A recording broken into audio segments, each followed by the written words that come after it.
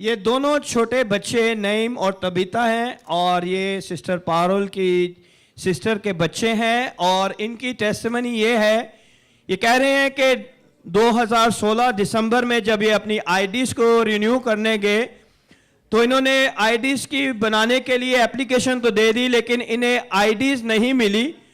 और फिर वो सिलसिला जारी हुआ और ऐसा हो गया कि इनके ऊपर फाइन्स हो गए।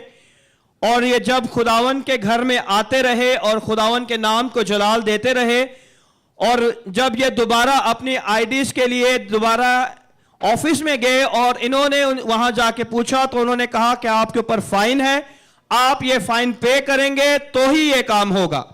लेकिन खुदावन के घर में जब हम आते हैं और जब हम उसके नाम से खड़े होते हैं, इस प्यारी सिस्टर ने इन बच्चों से कहा कि जिस तरह खुदावन ने मूसा के साथ मिलकर काम किया है, आज हम भी सारी बातों को एक पर्चे पे लिखते हैं और हम सब मिल के दुआ करते हैं। और इन बच्चों ने पूछा क्या खुदावन हमारे लिए ऐसे काम करेगा?